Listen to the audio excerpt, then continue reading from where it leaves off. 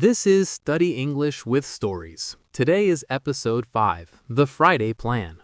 I'm your host, Sam, and I am happy to introduce my co-host, Amy. Thanks, Sam. We're so glad you're joining us. This week has been full of ups and downs for our main characters, Emily and Kai. That's right. In our last episode, there was a misunderstanding. Emily saw Kai with another woman and felt a little jealous and sad. She was a bit distant with him and left him confused on what he had done. You can say that again. The tension was high, but hopefully that's about to change. Today, we're going to focus on a very important social skill that helps build relationships, making plans. This includes learning how to ask someone to do something with you and also how to accept or decline an invitation politely. That's so true. It can be a little scary to ask someone out, whether it's a friend or for a date. You worry they might say no, but it's a key part of building relationships. In fact, I remember when I first moved here, I was too shy to make plans, and I felt quite lonely for the first few weeks. Exactly. So let's see if Kai can clear up the misunderstanding and maybe, just maybe, make a plan with Emily for the weekend. Let's listen to the story. It is Friday afternoon at the office. The sun is shining outside, but inside, Emily is quiet. She is focused on her computer, but her mind is somewhere else. Kai had noticed she was looking a little sad this morning. He knows something is wrong. He decides he needs to talk to her. He stands up and walks over to her desk. Hi, Emily. Can I talk to you for a minute? Oh, hi, Kai. Sure, what is it? Kai looks a little nervous. He takes a deep breath. You seem quiet today. And yesterday, too. Is everything okay? I'm fine, just busy with this project. Okay. Well, I wanted to tell you something because I feel like you've been avoiding me.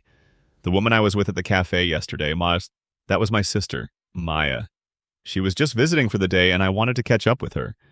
I actually got up early, remembering your 6 a.m. routine, to be sure I was on the early train that morning. Emily stops typing. She looks up at Kai, her eyes wide with surprise. Your sister? Yes, she was visiting the city for a day. I'm sorry if it looks strange. I just wanted to be clear. I wanted to introduce you, but you had left so quickly. A big smile slowly appears on Emily's face. She feels happy and very relieved. The sad feeling is gone. Oh. Wow. No, it's okay. Thank you for telling me. Good. I'm glad. So, I have another question for you. Yes? There is a big food truck festival this weekend. It's on Saturday. Would you like to go with me? Emily's heart beats a little faster. She feels excited and happy. I would love to. That sounds really fun. Great. So, we are going to go on Saturday. What time is good for you? How about in the evening? Maybe at 6 o'clock p.m.? Perfect. We are going to meet at 6 o'clock p.m. Where should we meet? The festival is in the city park. We are going to meet at the main entrance. Okay, the plan is set. We are going to meet at the city park entrance on Saturday at 6 o'clock p.m. It's a date. I mean, a plan. A plan. Yes, a plan. I'll see you tomorrow, Emily. Kai smiles and walks back to his desk. Emily turns back to her computer, but she can't stop smiling. They have a plan for the weekend. And we're back. Wow, that was a happy ending to their work week. Right? Kai was brave to clarify the situation, and it paid off. Emily said yes. Now, let's break down the very important language they used to make that plan. The biggest grammatical point today was the future tense with going to. We heard it many times. Exactly. Kai says, we are going to go on Saturday, and later, Emily says, we are going to meet at the main entrance. We use the structure be going to plus a verb to talk about plans we have already decided on. It's not just an idea, it's an intention. The plan is made. Let's practice. Amy, what are you going to do tonight?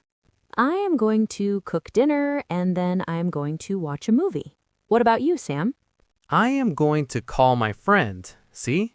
We both have plans, so we use going to. Next, let's talk about future time markers. These are the words that tell us when something is going to happen. Yes, they are essential for making clear plans.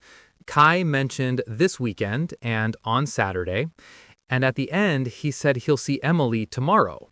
Other useful time markers are tonight, next week, next month, or on Monday. You need these words to schedule anything. Right. Now let's look at some very small but very important words, prepositions of time. We're talking about words like at, on, and in. They used all three. Emily suggested meeting in the evening.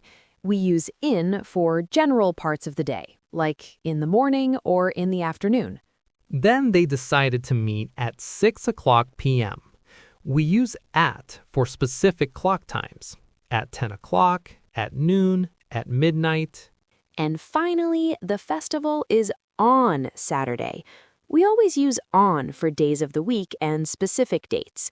On Friday, on July 4th.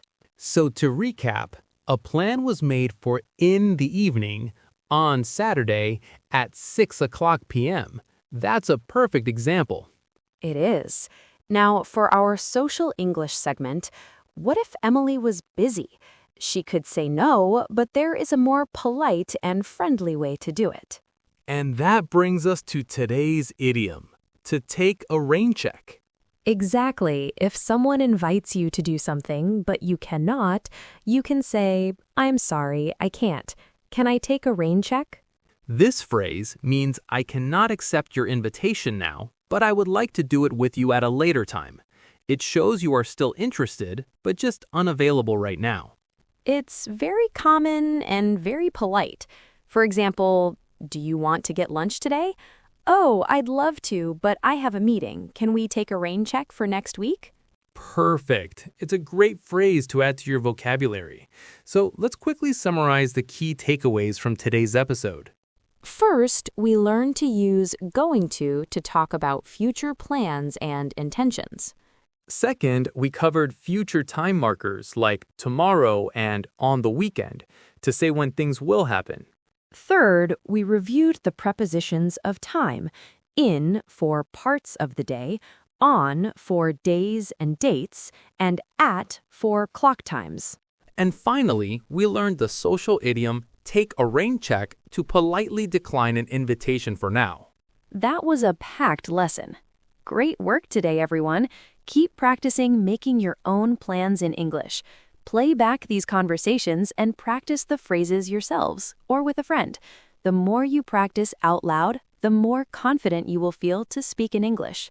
Join us next time to find out what happens between Emily and Kai at the Food Truck Festival. Until then, goodbye. Bye, everyone.